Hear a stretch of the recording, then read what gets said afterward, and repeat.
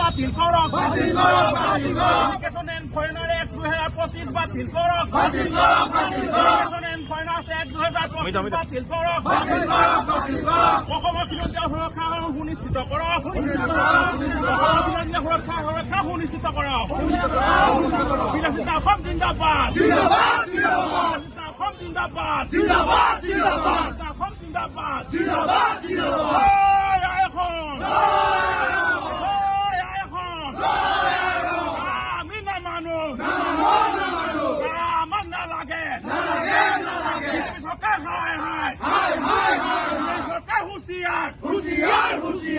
Modi, go back! Go back! Go back! Nanda Modi, Husiar! Husiar! Husiar! Mudabad! Mudabad! Mudabad!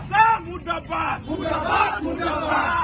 Namano! Namano! Namano! Namano! Namano! Solibon! Akam Sakai Husiar! Husiar! Husiar! Nanda Modi, go back! Go back! Go back! Kami Namano! Namano! Namano! Namano! Namano! Love night! Love night!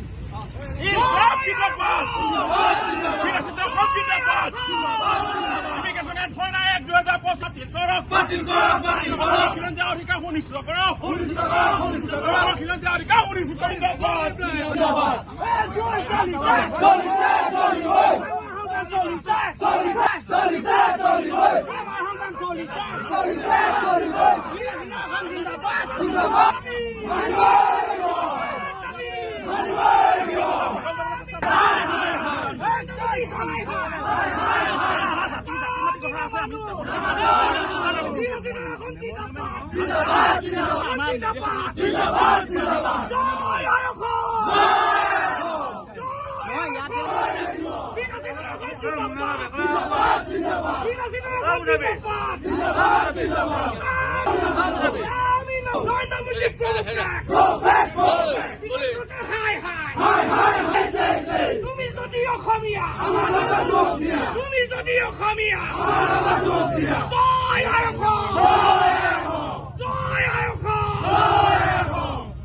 কথাটো স্পষ্ট 2019তো অসমৰ ৰাইজে নাগৰিকত্ব সংশোধনী সেই সময়ত বিধেয়ক কেতিয়া মনা নাছিল তাৰপিছত আইন হ'ল সেই সময়ত সৰ্বত্ৰে অসমত প্ৰতিবাদ হৈছিল প্ৰতিবাদত যোৱা হৈছিল আৰু 7 দিনকৈ ইণ্টাৰনেট পৰ্যন্ত তেওঁলোকে হিমন্ত বিশ্ব শৰ্মা চৰকাৰখনে সেই সময় সৰ্বানন্দ সোণোৱাল চৰকাৰে বন্ধ কৰি দিবলগীয়া হৈছিল কাৰণ অসমৰ ৰাইজৰ প্ৰতিবাদ সেই সময়ত দেখিছিল কাৰণ অসমৰ সকলো থলুৱা খিলঞ্জীয়া জাতি জনগোষ্ঠীৰ ৰাইজে কোনো পধ্যে নাগৰিকত্ব সংশোধনী আইন তথা বিদেশী বুজা কেতিয়াও গ্ৰহণ নকৰে আৰু হিমন্ত বিশ্ব শৰ্মা ডাঙৰীয়াই মুখ্যমন্ত্ৰী মহোদয় বাৰে বাৰে খিলঞ্জীয়া ৰাইজৰ কথা কৈ থাকে কোনখিনি খিলঞ্জীয়াৰ কথা কৈ থাকে তেওঁলোকে বহিৰাগত বণিক গোষ্ঠীত বিদেশীখিনিক খিলঞ্জীয়া বুলি ভাবিছে নেকি অসমৰ ভূমিপুত্ৰত যিসকল অতীতৰ পৰা আছে এই মানুহসকলক তেওঁলোকে কি খিলঞ্জীয়া বুলি নাভাবে খিলঞ্জীয়া সংজ্ঞাটো কি আচলতে হিমন্ত বিশ্ব শৰ্মা তাত জানে না সংজ্ঞাটো আমি প্ৰশ্ন কৰিছোঁ আজি পৰ্যন্ত যে খিলঞ্জীয়া সংজ্ঞাটো দিব নোৱাৰিলে হিমন্ত বিশ্ব শৰ্মা চৰকাৰখনে তাৰ পাছতো সমগ্ৰ অসমে এই মুহূৰ্তত কি কৰিছে অসমৰ খিলঞ্জীয়া মানুহৰ সুৰক্ষাৰ কাৰণে দাবী কৰি আহিছে 6 জনগোষ্ঠী জনজাতিকৰণৰ কাৰণে আন্দোলন কৰিছে সকলো মৰাণ আহোম মটক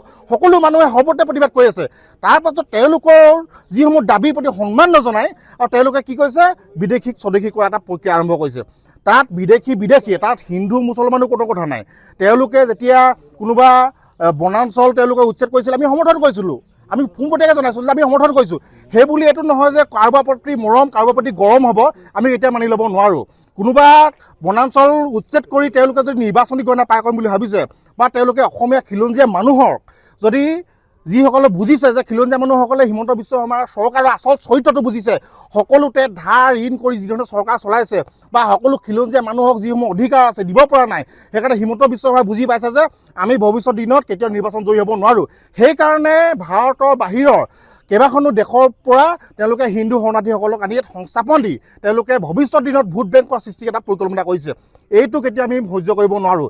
আমি আজি জিলা উপায়ুক্ত মহোদয় যোগেদি ভাৰতৰ প্ৰধানমন্ত্ৰী মহোদয়লৈ এখন স্মাৰক পত্ৰ প্ৰদান কৰিম। আজি যদি আমাৰ এই দাবীৰ প্ৰতি কোনো ধৰণৰ সন্মান নজনায়, তেতিয়াহ'লে ভৱিষ্যত দিনত 2019 চনতকৈ কিন্তু গতিপথ বেয়া হ'ব। আমি স্পষ্ট ভাষাৰে জনাইছোঁ, দৰকাৰ হ'লে প্ৰয়োজনীয়ত গুলি খাবলৈ সাজু আছোঁ, তেজ দিবলৈ আছোঁ।